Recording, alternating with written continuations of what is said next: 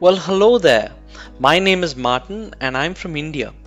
I'm really honored to be able to present at the European Union's International Conference on Social Sciences. Since today is Saturday, let me tell you what I usually do on weekends. And then we can talk about what I do on weekdays. On the weekends, I play the guitar, the ukulele, and I sing at church. I love to read, play board games, and write articles. On average, I read about 50 books a year, and most of them on the weekends. I also teach statistics and music. I am the quintessential stereotypical nerd, especially on the weekends.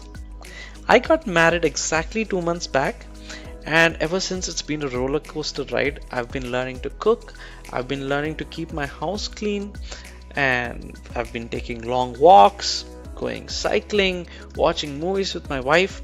We just watched Captain Marvel yesterday, and it's a pretty good movie. I love to travel. Here's a picture of me with new friends I made at the Andamans, a sea cucumber and a starfish. Now, what do I do between Monday to Friday?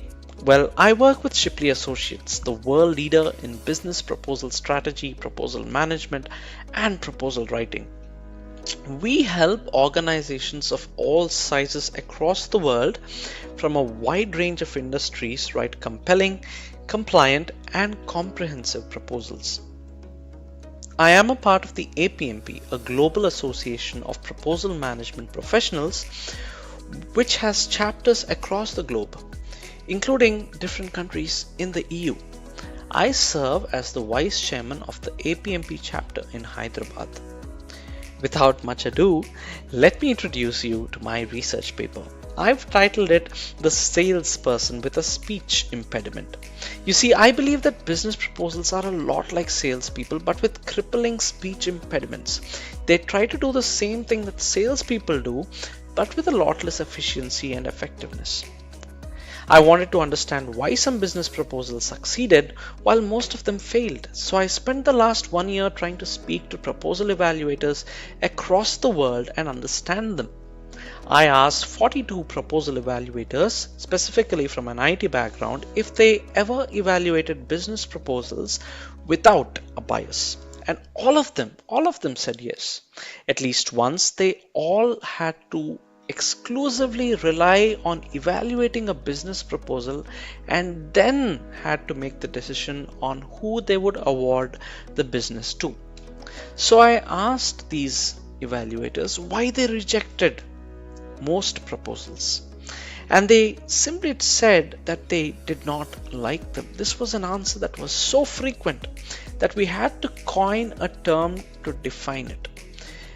Not liking a proposal, we started calling it proposal aversion. Our elaborate research and interviews led us to categorize the reasons behind proposal aversion into 3 groups.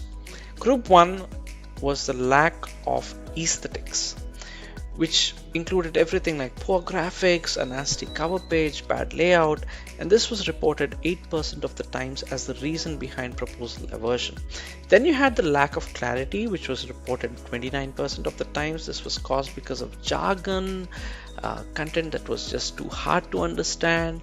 And then you had the lack of logic, which was reported 63% of the times, which means that 2 out of 3 times, nearly, the proposals that created aversion were the ones that had logical inconsistencies.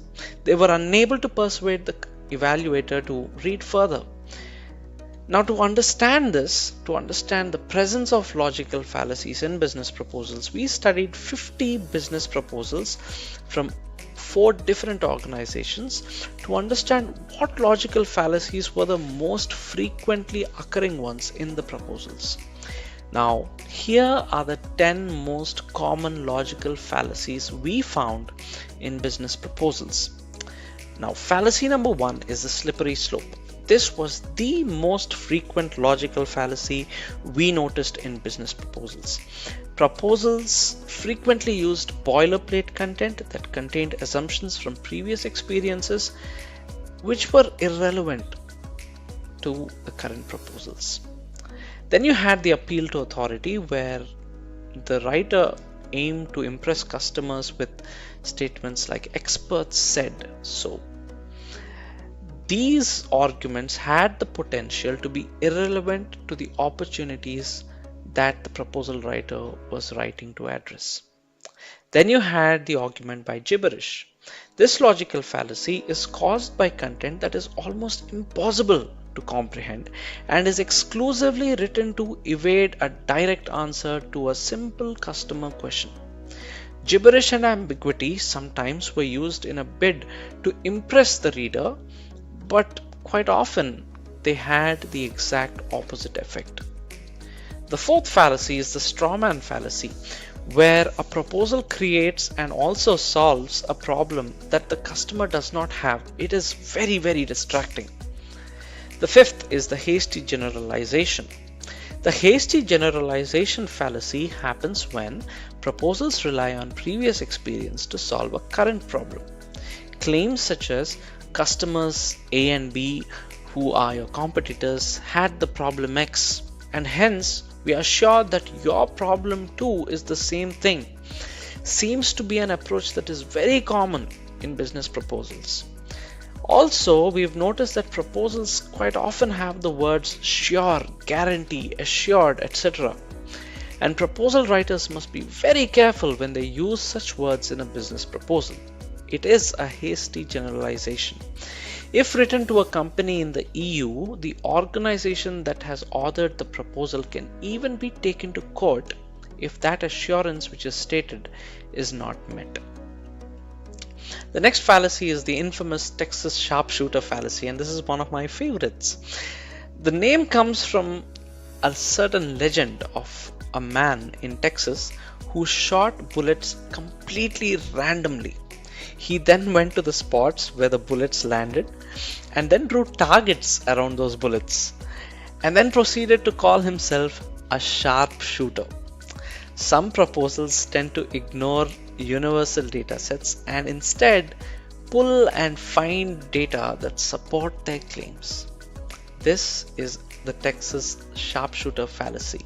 We'll be talking more about this later, so keep this in mind. You also have the false dilemma fallacy, which is caused when proposals say things like problem X can only be solved by solution A or solution B, or problem X is only caused by A or B. On consulting with experts on the subject in which the proposal was written, we found that there were multiple other solutions. False dilemmas don't leave space for a middle ground and provide extreme solutions for simple problems. Then you have the ad populum, which is a belief that the most popular opinion is the most accurate opinion on a subject, when there is a chance that it is not. You have the final two fallacies, which are a little bit related, but they're not the same. The first of the last two is called the causation fallacy, where the argument states that since an event A occurred before event B, event A caused event B. Then you have the correlation fallacy, the final one, which states that since A and B are correlated, A caused B or B caused A. So there's just no chronological order. The causation fallacy has a chronological order. The correlation fallacy does not. Now, it is one thing to identify the most frequent business proposal fallacies, but we also wanted to identify the fallacies which were most often identified by proposal evaluators. And so when we did that research, we found that the hasty generalization, the Texas sharpshooter, the argument by gibberish, the correlation fallacy, the false dilemma fallacy were the most frequently observed logical fallacies. While it is impossible to completely eliminate logical fallacies from your document, it would be great if you can at least eliminate the top 5, because they are the most easy to identify when a customer is reading them. We've also developed a systematic methodology of writing content that eliminates or reduces the possibility of logical fallacies. There are 3 pillars on which an airtight argument or an argument without logical fallacy stands. The first pillar is structural integrity, and you can develop this by precise writing to the point without beating around the bush, and using a pyramid principle as a pyramid structure in writing, very similar to this image that you see. And then you have specific paragraph points. Make sure that you first introduce your thesis, then you state facts and provide proofs, then you also refute counterpoints and make a strong conclusion. The second pillar is the strength and power pillar of an airtight argument, which is based on sincerity, sequence, and specifics. Sincerity being the fact that if you are unable to convince yourself on the authenticity of your argument, it is very hard for somebody else who's reading it to be convinced. So make sure that you are sincere when you make a claim. Step 2 is put them in the right sequence. Put the most powerful arguments, the most solid arguments up in the front, and that will make sure that that impresses the reader, and the rest of your document is also very clean with limited logical fallacies. Then you have specifics. The more specific details you provide, of course you shouldn't go on into too many details, but give just the right amount of specifics. Use names, logos, graphics, numbers, and that will help improve the specificity of your message. The final pillar is substantiation, which again falls on 4 other pillars, which is context, corroboration, circumvention, and conclusion. You have to always be contextual.